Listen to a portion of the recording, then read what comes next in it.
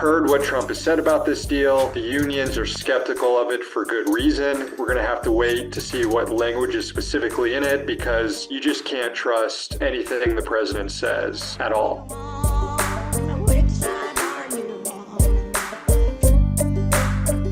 Let's talk about some of the news, and this news is maybe it's good news. I'm still kind of looking at it skeptically. I'm talking about the U.S. Steel and Nippon partnership, is what they're calling it. Last year, both Biden and Trump were firmly against the deal. Republicans and Democrats in Pennsylvania were firmly against the deal. The international union that represents workers at U.S. Steel was firmly against the deal. And, some of that was on sort of nationalistic grounds, but a lot of that was centered around concerns that Nippon would not actually invest in U.S. steel manufacturing facilities, that it would go on a union busting spree and things like that. Particularly, those were the concerns from the unions.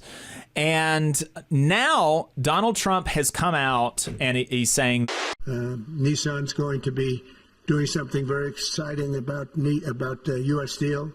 They'll be looking at an investment rather than a purchase. We didn't like the idea. U.S. Steel is a very important company to us. It was the greatest company in the world for 15 years, many years ago, 80 years ago. And we didn't want to see that leave. And it wouldn't actually leave, but the concept psychologically not good. So they've agreed to invest heavily in U.S. Steel as opposed to own it. And that sounds very exciting. And we're going to meet with Nissan next week, the head of Nissan, very great company. And they'll work out the details. I'll help. I'll be there to mediate and arbitrate. Kind of softly endorsing the deal, and what he's saying that it's now, instead of Nippon being the owner of U.S. Steel, it will be a partnership and an investment from Nippon. We've still seen nothing in writing, but one of the most interesting things that I have seen from it is there's reporting that Trump wants the U.S. government to have a golden share on the board of directors of this partnership that will have veto power over production to make sure that production does not fall below certain levels. And, so I'm curious about what you make of this as somebody who is, explicitly on the left. And, is it, the union is still remaining very skeptical because nothing is out in writing, right? And I think that's a good thing. That's the right kind of stance to take towards this. But what are you making of this news as it's been unfolding over the last week? Well, we're going to need to see details, because we can't trust anything that Trump says, especially when it comes to his claims that he's doing something to benefit workers. For now, the union is skeptical until it sees more details. And I think the union seems to have come to the conclusion that U.S. Steel is a better negotiating partner than Nippon. I mean, at least they have a labor contract now. And Nippon offered a deal similar to this at the beginning of the year, where they were going to give the U.S. veto power over decisions that were related to quote unquote production capacity. And that was something that the Steelworkers Union thought was some tricky language there, because they interpreted that as Nippon could just mothball factories indefinitely and lay people off, but say, hey, well, we have the capacity at any point to flip it on if we wanted to. So I'm not sure, and that deal was ultimately rejected by Biden. I'm not sure what's changed entirely about this deal, other than Trump calling it that he has golden shares. I know that that's a term that's used in various mergers and acquisitions, but obviously that's something Trump would cling to given his obsession with gold. But if it sounds like it could be you're going to have to look at the language here and whether or not it's the same issue that the unions had a problem with back in January. But with a lot of these things, from this to Trump's tax policy to the tariffs, Trump floated that idea of a sovereign wealth fund and then signed an executive order on that. They're all branded as these economic populist measures, but in their implementation, they're not at all. Tariffs in theory to protect an economy and protect industries and protect workers are good, but what sort of economy are we trying to protect in the U.S.? Is it one that it's still extremely difficult to unionize in? At the end of the day, are tariffs protecting CEOs and executives who can keep prices high and make profits while immiserating further workers who don't get their wages raised to compete with or to be able to purchase goods that are going to go up in price if we're going to bring back a lot of manufacturing over time? I don't think so. When it comes to the sovereign wealth fund, that sounds great. Are we going to fund it through royalties on extractive industries? Are we going to fund it through seizing oil fields and collecting the profits and winding them down and investing that money in climate change fighting initiatives and renewables and modernizing infrastructure? No, we're gonna do it to buy crypto and help Trump's cronies and stuff. So, I've heard what Trump has said about this deal. The unions are skeptical of it for good reason. We're going to have to wait to see what language is specifically in it, because you just can't trust anything the president says at all. Hey, 5 seconds. Just wanted to say that this is only possible because of our donors. If you want to see more of this, then consider donating yourself at tvlr.fm/donate. I have been surprised that that so many people are like so going along with it. I mean, and you have Josh Shapiro. I mean, what I've been saying is that, if it is as reported, then it's interesting, and it's probably a good deal. If as reported, it's actually a partnership, not Nippon wholly owning it. But I need to, I'm always talking about, we have to see the details, because so many times, like you said, Trump has said something and then it comes out with the pen on paper and it's just totally either 180 opposite of what he said or not. There was really important missing context. But from everything I've seen, Nippon has said that they are not interested in a partnership here. That U.S. Steel will become a wholly owned subsidiary of the company. Yes. So to me, I don't think the company has changed its position on that. I think that what we're seeing now is Trump wants to announce a deal because he's, President deals, and we're going to get a lot of language to paper over some of the issues that have long existed with this deal. Yeah. Pennsylvania Governor Josh Shapiro has been talking about this and been really excited about it. Said, quote, "The deal has gotten better. The prospects for the future of steelmaking have gotten better," he said, emphasizing that he worked closely with Senator Dave McCormick, a Republican from Pennsylvania. He said, "Credit goes to McCormick as one of the many people involved in this," Shapiro said, adding that numerous local Republican and Democratic mayors and community leaders have come out in support of the deal. And it's just like, why are you coming out in support of the deal when you haven't seen it? Here's what the steelworkers have said.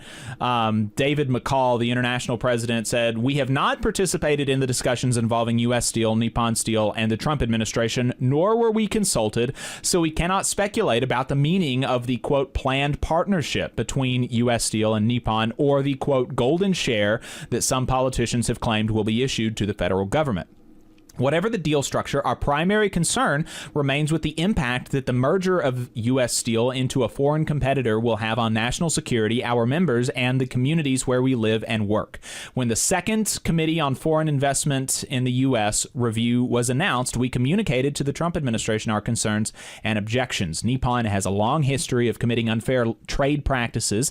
Indeed, the International Trade Commission determined that the company violated U.S. trade laws in 13 different trade cases. Just last month, the Department of Commerce imposed duties of more than 200% on Nippon for the illegal dumping of steel. Yet, despite ongoing injury and continuing penalties, Nippon is being rewarded. The USW's only concern has been and continues to be the long-term viability and sustainability of the current U.S. Steel facilities, so as to safeguard the current and future economic, employment, and retirement security of our members and their communities. There's a vast difference between public relations and putting commitments in writing, just as there is a vast difference between allowing shareholders and executives to cash out and putting workers' interests first. Any final deal that may emerge from discussions between the merger parties and the federal government must be viewed through that lens and not the lens of wishful thinking that has been adopted by far too many politicians and others. Issuing press releases and making political speeches is easy. Binding commitments are hard. The devil is always in the details, and that is especially true with a bad actor like Nippon Steel that has again and again violated our trade laws, devastating steel communities in Pennsylvania and elsewhere. Our members know from decades of negotiating contracts to trust nothing until you see it in writing. And so why are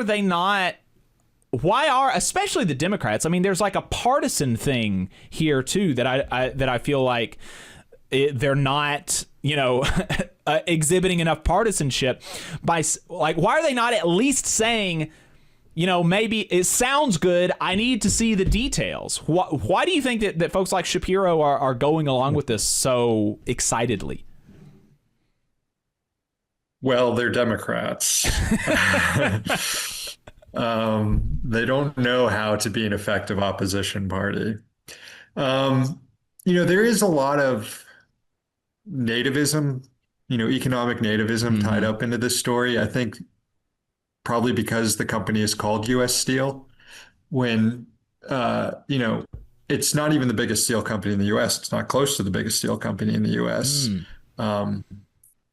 It employs something like 22,000 people, which, that's still a lot of good union jobs.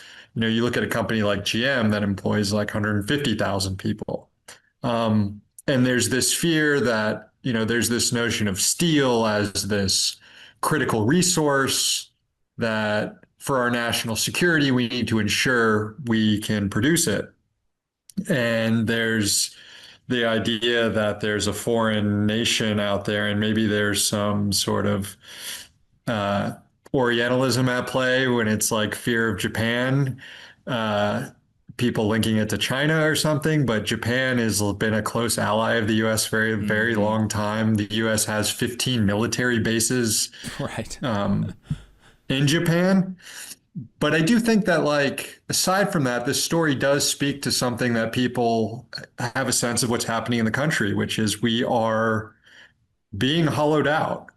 We are losing our production base. We are going through a downsizing as the world empire, and it's going to be difficult and often humiliating next few decades, probably. And, that's not something that either party wants to embrace, that, yes, things are going to be declining.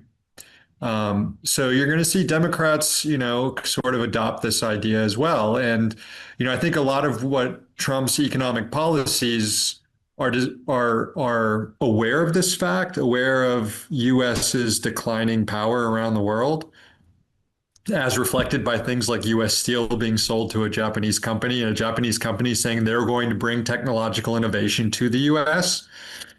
And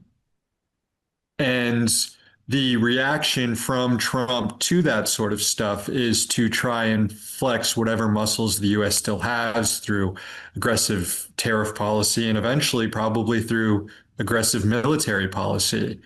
And that's only going to, in my opinion, accelerate the demise of the U.S. And you saw it with the trade war with China. I mean, it was the U.S. that backed down here. It was Trump that backed down here, not China. I mean, China would face enormous difficulty as well in a trade war, but in the long run, they have a economy that is organized in a way that can better assist their workers to weather any of these storms, and they have critical resources locked up in a way where they could really harm the U.S. military and industrial manufacturing moving forward. And that's probably dawned on a lot of the people in the Trump administration faster now than they had thought initially. Right. Yeah. It does. I think that makes a lot of sense. But we'll see if the U.S. government ends up taking over U.S. Steel as a part of this deal. Then I mean, that would be cool, right? I mean, that would be good, I guess. But I just don't see it happening. But again, Right. let's see what is, and if ultimately, I'm going to, I'm not a steel worker. I don't know sort of the details of the labor conditions right now between the union and U.S. Steel. So I'm going to defer to what they think about this deal when the details of it come out. You just saw a clip from the Valley Labor Report. We are live every Saturday morning from 9:30 a.m. till 12:30 p.m. And we pride ourselves on keeping all of our content free to everybody so that we can talk to as many working folks as possible. If you support the work that we're doing, you think that it's important, you think that it's good, then consider making a monthly contribution to the project, and you can do that on our website, tvlr.fm.